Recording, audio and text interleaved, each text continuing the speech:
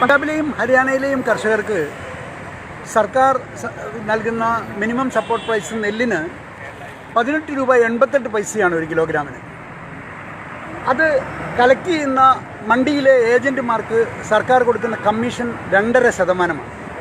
ആ 2.5% കമ്മീഷൻ ഒരു 5-6 മാസം കൊണ്ട് അവർക്ക് കിട്ടും. പക്ഷെ അവരുടെ ഉത്തരവാദിത്തം കർഷകരോട് നെല്ല് സംഭരിച്ചാൽ FCI അല്ലെങ്കിൽ സംസ്ഥാന സർക്കാർ നെല്ല് ഏറ്റെടുക്കുന്നത് വരെ സൂക്ഷിക്കുകയും അത് കേടുകൂടാതെ സംരക്ഷിക്കുകയും ചെയ്യാനുള്ള ഉത്തരവാദിത്തം ഈ ഏജൻറ്റുമാരുടേതാണ്. ഈ മണ്ടികളിലെ ഏജൻറ്റുമാരുടേതാണ്. ഈ 2.5% ഇവർ പറയുന്ന ഇടനിലക്കാരുടെ വലിയ കൊള്ള എന്ന് പറയുന്നത്. ആ 2.5% സർക്കാർ കൊടുക്കേണ്ടതാണ്, കർഷകൻ കൊടുക്കേണ്ടതല്ല.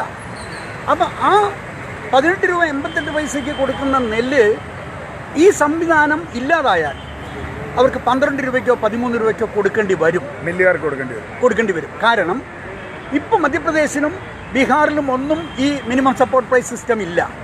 അവിടെയൊക്കെ പരിമൾ റൈസ് നെല്ല് കൊടുക്കുന്നത് 12 രൂപയ്ക്കോ 13 രൂപയ്ക്കാണ്.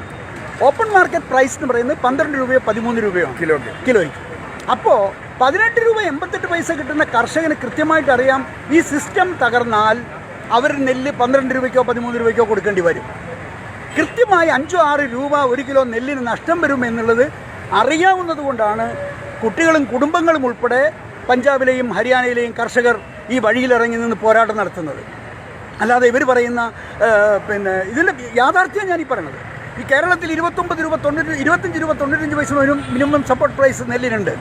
പക്ഷേ കേരളത്തിലെ സിവിൽ സപ്ലൈസ് കോർപ്പറേഷൻ നെല്ല് സംഭരണം നടത്തുന്നത് മില്ലുകാരുടെ സൗകര്യത്തിനാണ്, അല്ലാതെ കൃഷിക്കാരുടെ സൗകര്യത്തിനല്ല.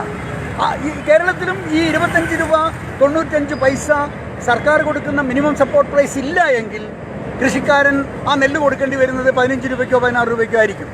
അങ്ങനെ കൊടുക്കുന്നുണ്ട് പാലക്കാടും വയനാട്ടിലും ഒക്കെ അങ്ങനെയാണ്. വയനാട്ടിലൊന്നും സംഭരണമില്ലല്ലോ. സംഭരണം ആകെ കുട്ടനാട്ടിലും പാലക്കാടും മാത്രമേ ഉള്ളൂ. പാലക്കാട് തന്നെ കൊടുക്കുന്നുണ്ട്. അതെ. അപ്പോൾ ഈ മിനിമം സപ്പോർട്ട് പ്രൈസ് എന്ന് പറയുന്നത് ഇല്ലാതാക്കുക എന്നത് വളരെ നിർബന്ധമായ തീരുമാനം കമ്പനികൾക്ക് വേണ്ടിയിട്ടുള്ളതാണെങ്കിൽ മില്ലുകാർക്ക് വേണ്ടിയിട്ടുള്ളതാണ്. ഇതറിയാവുന്നത് കൊണ്ടാണ് പഞ്ചാബിലെയും ഹരിയാനയിലെയും കർഷകർ വിട്ടുവീഴ്ചയില്ലാതെ ഈ പോരാട്ടത്തിൽ നിൽക്കുന്നത്. അവർക്ക് 18 രൂപ 88 പൈസ കിട്ടിയിട്ട് പോലും മനുഷ്യൻ ജീവിക്കാൻ പറ്റാതെ ആത്മഹത്യ ചെയ്തുകൊണ്ടിരിക്കുന്ന ഒരു നാട്ടിൽ നാളെ 12 രൂപയ്ക്കും 13 രൂപയ്ക്കും അവൻ്റെ നെല്ല് വിൽക്കേണ്ടി വരുന്ന സ്ഥിതിയെയാണ് അവൻ മുന്നിൽ കാണുന്നത്. അല്ല, തുറന്ന കമ്പോളം ഇവർക്ക് തുറന്നു കൊടുക്കുകയാണ് അന്താരാഷ്ട്ര കമ്പോളം എന്നാണല്ലോ സർക്കാർ പറയുന്നത്. അന്താരാഷ്ട്ര കമ്പോളങ്ങൾ തുറന്നു കൊടുത്തതിൻ്റെ മുഴുവൻ പ്രയോജനം, ഈ ഫ്രീ ട്രേഡ് എന്ന് പറയുന്നതിൻ്റെ മുഴുവൻ പ്രയോജനം കിട്ടിയിട്ടുള്ളത് ആർക്കാണ് നമ്മൾ പരിശോധിക്കുക. ഈ കഴിഞ്ഞ കുറേ കാലഘട്ടങ്ങളിലുണ്ട് കമ്മോഡിറ്റീസ്, അത് ചായ ആവട്ടെ, കാപ്പി ആവട്ടെ, കുരുമുളകാവട്ടെ, ഈവൻ വെളിച്ചെണ്ണയാവട്ടെ, നാളികേരമാവട്ടെ. 1970-ൽ 8 രൂപയായിരുന്നു നാളികേരത്തിൻ്റെ വില. ഇന്ന് 2020-ലും നാളികേരത്തിൻ്റെ വില 10-11 രൂപയാണ്. അപ്പം ബാക്കിയുള്ള സാധനങ്ങൾ നമ്മൾ നോക്കുക, അഗ്രികൾച്ചർ ക്രോപ്പ് ഏതെടുത്ത് നോക്കിയാലും ഇത് കുത്തനെ താഴോട്ട് വരികയല്ലാതെ കോർപ്പറേറ്റുകളുടെ വരുമാനം വർദ്ധിക്കുന്നു. അഹമ്മദ് മിൽസിൻ്റെ വരുമാനം വർദ്ധിച്ചിട്ടുണ്ടാവും. അല്ലെങ്കിൽ അംബാനിയാണ്, അദാനിയാണ് ലോകത്തെ ഏറ്റവും വലിയ എണ്ണ കച്ചവടക്കാരൻ. ലോകത്ത് എണ്ണയിൽ പാരഫിൻ വാക്സ് ചേർക്കാമെന്ന് കണ്ടുപിടിച്ച ആളുകളാണ്. പെട്രോളിയം ബൈ പ്രോഡക്റ്റ് ആയിട്ടുള്ള പാരഫിൻ വാക്സ് വെളിച്ചെണ്ണയിലോ സൂര്യകാന്തി എണ്ണയിലോ ഏതെണ്ണയിലും ചേർക്കാമെന്ന് കണ്ടുപിടിച്ച് വലിയ കോടീശ്വരനായിട്ടുള്ള ആളാണ് അദാനി. അങ്ങനെയാണ് ഇന്നിപ്പോൾ അയാൾ ലോകത്ത്, ഓസ്ട്രേലിയ ഉൾപ്പെടെ ലോകത്തെ ഏറ്റവും വലിയ മൾട്ടിനാഷണൽ പാം ഓയിൽ അതുപോലെയുള്ള മറ്റു തരം എണ്ണ പാടങ്ങളുടെ മുതലാളിയായിരിക്കുകയാണ്. അപ്പം അയാൾക്കും അംബാനിക്കും വേണ്ടിയിട്ടാണ് ഈ നിയമങ്ങൾ മുഴുവൻ 2 ഗുജറാത്തി നേതാക്കന്മാർ ഇന്ത്യ രാജ്യത്തിന് ഉണ്ടാക്കിയിട്ടുള്ളത്. മോദിയും അമിത്ഷയും ഈ 2 ഗുജറാത്തി നേതാക്കന്മാർ മറ്റ് 2 ഗുജറാത്തി കച്ചവടക്കാർക്ക് വേണ്ടി ഇന്ത്യയിലെ മുഴുവൻ കർഷകനെയും വിറ്റ് കാശാക്കിയിരിക്കുന്നു എന്നേ നമുക്ക് മനസ്സിലാക്കാൻ പറ്റുള്ളൂ. അല്ല, ഞാൻ കേരളത്തിലെ റേഷനിങ് നടക്കണമെങ്കിൽ ഒരു സ്റ്റാറ്റ്യൂട്ടറി റേഷനിങ്ങുള്ള സംസ്ഥാനമാണ് കേരളം. ഭക്ഷ്യധാന്യ കമ്മിയുള്ള സംസ്ഥാനമാണെന്ന് നമുക്ക് പഴയ കാലം മുതൽ അറിയാം. ഈ സംഭരണം നിലച്ചു പോയാൽ കേരളത്തിൽ ഇതെങ്ങനെ ബാധിക്കും? സംഭരണം നിലച്ചാൽ കേരളത്തിൽ കഞ്ഞൂടി ഉണ്ടാവില്ല. കേരളത്തിലേക്ക് അരി വരുന്നത് എവിടെ നിന്നാണ് കൃത്യമായി പരിശോധിച്ചാൽ മതി. അതായത് ഈ നില തുടരുന്നുവെങ്കിൽ ഫുഡ് കോർപ്പറേഷൻ ഓഫ് ഇന്ത്യ എന്ന് പറയുന്ന സാധനം ഉണ്ടാവില്ല. ഇന്ത്യയിലെ കാർഷിക മേഖല സമ്പൂർണ്ണമായി തകർച്ചയിലെത്തും. അല്ല, കേരളീയൻ്റെ ഈ റേഷൻ ഇല്ലാതായാൽ, PDS ഇല്ലാതായാൽ കേരളത്തിൽ വില കൂടുന്നുള്ളത് കേരളത്തിലെ ഇടത്തരക്കാരന് അറിയാലോ. ഇന്ത്യയിൽ ഈ കേരളത്തിൽ പബ്ലിക് ഡിസ്ട്രിബ്യൂഷൻ സിസ്റ്റത്തിൻ്റെ മുകളിൽ മാത്രമാണ് പട്ടണമണ്ഡലമില്ലാതെ സമൂഹം ജീവിക്കുന്നത്. അല്ല എങ്കിൽ തൊഴിലുറപ്പ് പദ്ധതിയിൽ പോകുന്ന തൊഴിലാളി പോലും ജീവിച്ചു പോകുന്നത് PDS സംവിധാനം ഉള്ളത് കൊണ്ടാണ്. അല്ലെ, PDS സംവിധാനം തകരുമെന്നെന്താ മലയാളിക്ക് മനസ്സിലാവാതെ? അത് വേണ്ട രീതിയിൽ നമ്മുടെ അവിടെ പറഞ്ഞിട്ടില്ല എന്ന് സംശയമുണ്ട്. മലയാളിയുടെ ഒരു ബോധത്തിൻ്റെ പ്രശ്നമാണ് ഇത്. എല്ലാം സർവജ്ഞാനിയായിട്ടാണല്ലോ അവരുടെ ഭാവം. അതുകൊണ്ട് ഈ സമരം നടത്തുന്നവനെ അധിക്ഷേപിക്കുകയും ആക്ഷേപിക്കുകയും ചെയ്യണം. സമരം നടത്താൻ വേണ്ടി അതിൻ്റെ പേരിൽ എന്താ ഇവിടെ തീവ്രവാദ ബന്ധം ആരോപിക്കാൻ പറ്റാത്ത തരത്തിലാണ് ആ സമരമുഖം. അതുകൊണ്ട് ഖലിസ്ഥാൻ ആക്ഷേപം ഉന്നയിച്ചിരിക്കുകയാണ്. എവിടെയും മനുഷ്യനെ ഭിന്നിപ്പിച്ച് സമരങ്ങളെ പൊളിക്കുക അല്ലെങ്കിൽ കലാപങ്ങൾ സൃഷ്ടിക്കുക എന്ന് പറയുന്നിടത്തേക്ക് ഭരണകൂടം പോവുകയാണല്ലോ ചെയ്യുന്നത്. കേരളത്തിൽ ഭരണം നടത്തുന്ന ആളുകൾ സത്യസന്ധമായി ഈ സമരത്തിൻ്റെ പക്ഷത്ത് നിൽക്കേണ്ടതാണ്. പക്ഷേ വേഷം കെട്ട് മാത്രമാണ് നടക്കുന്നത്. അല്ല എങ്കിൽ കേരളത്തിലെ മുഖ്യമന്ത്രി ഇന്ത്യയുടെ പ്രധാനമന്ത്രിയോട് കർക്കശമായും കണിശമായും സംസാരിക്കേണ്ട സമയം കഴിഞ്ഞു. പിണറായി വിജയൻ നിവർന്നു നിന്ന് നട്ടെല്ല് നിവർത്തി അയാൾ സംസാരിക്കേണ്ട സമയം കഴിഞ്ഞു. പക്ഷേ മ എന്നൊരക്ഷരം ഇതുവരെ ഈ സമരത്തിന് അനുകൂലമായി അദ്ദേഹം പറഞ്ഞിട്ടില്ല എന്നുള്ളത് അദ്ദേഹം ആരുടെ പക്ഷത്ത് നിൽക്കുന്നു അല്ലെങ്കിൽ മോഡിക്കെതിരെ വർത്തമാനം പറയാൻ അദ്ദേഹത്തിനുള്ള ഭയം നമുക്ക് വളരെ പ്രകടമായി കാണാൻ പറ്റും. ഇത്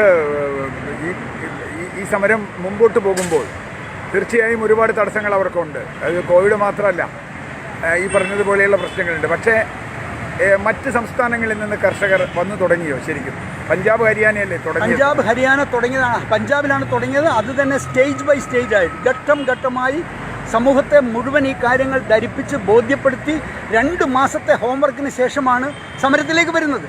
ആ 2 മാസവും എല്ലാ ഗുരുദ്വാരകളും എല്ലാ സംവിധാനങ്ങളും ആളുകളെ ഇത് കൺവിൻസ് ചെയ്യുന്നതിന് വേണ്ടി പരിശ്രമിച്ചിരുന്നു. ഇപ്പോഴും ഈ സമരത്തിൽ 100% എന്ന് പറഞ്ഞാൽ 100% ഈ സമരത്തെ മുന്നോട്ട് കൊണ്ടുപോകാൻ സപ്പോർട്ട് ചെയ്ത് നിൽക്കുന്ന ഗുരുദ്വാരകളാണ്. അത് വളരെ പ്രധാനപ്പെട്ട ഒരു സംഗതിയായിട്ട് എനിക്ക് പറയാൻ പറ്റും. ഇന്നലെ മിനിയാന്ന് മധ്യപ്രദേശിൽ നിന്ന് 10,000 ട്രാക്ടറുകൾ, ഓരോ ട്രാക്ടറിലും 30-40 ആളുകളെ വെച്ച് ഡൽഹിയിലേക്ക് മാർച്ച് ചെയ്തിട്ടുണ്ട്. ഹരിയാനയിൽ നിന്ന് രാജസ്ഥാനിലെ ഗംഗാനഗർ ജില്ലയിൽ നിന്ന് 1300 ട്രാക്ടറുകൾ ഒരു ജില്ലയിൽ നിന്ന് മാത്രം, ഗംഗാനഗർ ജില്ലയിൽ നിന്ന് മാത്രം 1300 ട്രാക്ടറുകൾ രാജസ്ഥാനിൽ നിന്ന് പുറപ്പെട്ടിട്ടുണ്ട്. അതുകൊണ്ട് ഈ വരും ദിവസങ്ങളിൽ ഗുജറാത്ത്, മധ്യപ്രദേശ്, രാജസ്ഥാൻ, UP ഈ എല്ലാ സംസ്ഥാനങ്ങളിൽ നിന്നുള്ള കർഷകരുടെ മുന്നേറ്റം ഈ സമരവേദിയിലേക്ക് ഉണ്ടാവും. അതായത് നാളെയോ മറ്റന്നാളോ കൊണ്ട് ഈ സമരം അവസാനിക്കും എന്ന് വിചാരിക്കേണ്ട. സമരം ഞങ്ങൾ തോറ്റാൽ പോലും ചരിത്രത്തിൽ രേഖപ്പെടുത്തുന്ന ഒരു സമരമായി തന്നെ ഇത് നിലനിൽക്കും. സർക്കാരിൻ്റെ ഭരണകൂടത്തിൻ്റെ ഭീകരതയുടെ മുമ്പിൽ ഒരുപക്ഷെ പരാജയപ്പെട്ടേക്കാം. പക്ഷെ തോറ്റാൽ പോലും ഞങ്ങൾ ഇവിടെ മുട്ടുകൂർത്തുന്ന പ്രശ്നമില്ല എന്ന് ആവർത്തിച്ച് ഞാൻ പറയുന്നു. ഒരു കാര്യം കൂടി, പഞ്ചാബിൽ ഗവൺമെൻറ് ഒരു നിയമം പാസ്സാക്കിയല്ലോ, നിയമസഭ ഐക്യകണ്ഠേന ഇവൻ അകാലിദൾ കൂടി സപ്പോർട്ട് ചെയ്തു 3 നിയമങ്ങൾ. ഈ നിയമങ്ങളെ നള്ളിഫൈ ചെയ്യുന്ന ആ നിയമങ്ങൾ വായിച്ചിട്ടുണ്ടോ? എന്താ അതിൻ്റെ ഗുണദോഷങ്ങളെ പറ്റി അറിയാം? ഞാൻ അതിനെക്കുറിച്ച് പഠിച്ചില്ല. കാരണം ആ നിയമങ്ങൾ ഇതിനെ നള്ളിഫൈ ചെയ്യുന്നതാണ്, MSP നിർബന്ധമാക്കുന്നതാണ്. ആ നിയമം പാസ്സാക്കിയ അമരീന്ദർ സിംഗിനെ അമിത്ഷാ വിളിച്ചു വരുത്തി ഭീഷണിപ്പെടുത്തിയിരിക്കുകയാണ്. അയാളുടെ മകനെ ED കൊണ്ട് അന്വേഷിപ്പിച്ച് പിടിച്ചകത്താക്കുമെന്ന് പറഞ്ഞ് ഭീഷണിപ്പെടുത്തിയിരിക്കുകയാണ്. ഇനി അമരീന്ദർ സിംഗ് ഈ സമരത്തിൽ നിന്ന് പിൻവലിച്ചാൽ അയാൾ പിൻവലിച്ചു എന്നല്ലാതെ സമരത്തിൽ നിന്നും സമരസഖാക്കൾ പിൻവലിയില്ല എന്നത് അർത്ഥശങ്കയ്ക്കിടയില്ല നമുക്ക് പറയാൻ പറ്റും. മോഡിയുടെ ഏറ്റവും വലിയ സപ്പോർട്ടറായിരുന്നല്ലോ പ്രകാശ് സിംഗ് ബാദലും അകാലിദളും. അപ്പോൾ പ്രകാശ് സിംഗ് ബാദലാണല്ലോ പത്മവിഭൂഷൺ തിരിച്ചു കൊടുത്തിട്ടുള്ളത്. അതെ. എനിക്ക് തോന്നുന്നു അവിടെ കുറേ സ്പോർട്സ് താരങ്ങൾ ഇതുപോലെ ചെയ്തിട്ടുണ്ട്. ഒരുപാട് സ്പോർട്സ് താരങ്ങൾ. എൻ്റെ ബലമായ വിശ്വാസം ഒരാഴ്ചയ്ക്കുള്ളിൽ പഞ്ചാബിലെയും ഹരിയാനയിലെയും പോലീസുകാർ ഈ സമരത്തോടൊപ്പം ചേരാനുള്ള സാധ്യത ഞാൻ കാണുകയാണ്. കാരണം അവരുടെയൊക്കെ ശരീരത്തിൽ ഓടുന്ന രക്തം ഒരു കൃഷിക്കാരൻ്റെ രക്തമാണെന്നുള്ളത് കൊണ്ട് തന്നെ ആ കൃഷിക്കാരൻ്റെ രക്തം ഓടുന്ന പഞ്ചാബിലെയും ഹരിയാനയിലെയും പോലീസുകാർ നാളെ ഈ സമരത്തിൻ്റെ പക്ഷത്ത് ചേരാനുള്ള എല്ലാ സാധ്യതയും ഞാൻ കാണും. ഇന്ത്യൻ സൈന്യത്തിലും വലിയൊരു പങ്ക് പഞ്ചാബികളാണ്. ഒരുപാട് അനുഭവിച്ചിട്ടുള്ളവരല്ലേ. നമ്മുടെ കേരളം പോലെയൊന്നുമല്ലല്ലോ. ഒരുപാട് പ്രതിസന്ധികളെയും ഒരുപാട് രക്തച്ചൊരിച്ചിലുകളെയും കടന്നു വന്നിട്ടുള്ള നാടാണ്. മഹാഭാരത യുദ്ധം നടന്നിട്ടുള്ള കുരുക്ഷേത്രയും അതുപോലെയുള്ള പിന്നെ പാനിപ്പത്തും സോനിപ്പത്തും ഇതെല്ലാം ചരിത്രത്തിൽ വലിയ സ്ഥാനമുള്ള സ്ഥലങ്ങൾ. അവിടുത്തെ പോരാളികളാണ് ഈ ഇരിക്കുന്നത് എന്നുള്ളത് നരേന്ദ്രമോദി മനസ്സിലാക്കുന്നത് അയാൾക്ക് നല്ലത്. അല്ല, അവരെയാണ് ഇയാൾ ദേശസ്നേഹം പഠിപ്പിക്കാൻ പോകുന്നത്. പഞ്ചാബികളെ ദേശസ്നേഹം പഠിപ്പിക്കാനാണ് മോഡി ശ്രമിക്കുന്നത്. അത് ഏതായാലും വളരെ സന്തോഷം. സമരം വളരെ ശക്തമായി മുമ്പോട്ട് പോകട്ടെ. നമ്മൾ ഇവിടുത്തെ പരിപാടി ആരംഭിക്കാൻ പോവുകയാണ്. അതിനെല്ലാവർക്കും സ്വാഗതം. നമ്മൾ അടുത്ത പരിപാടിയിലേക്ക് പോകും.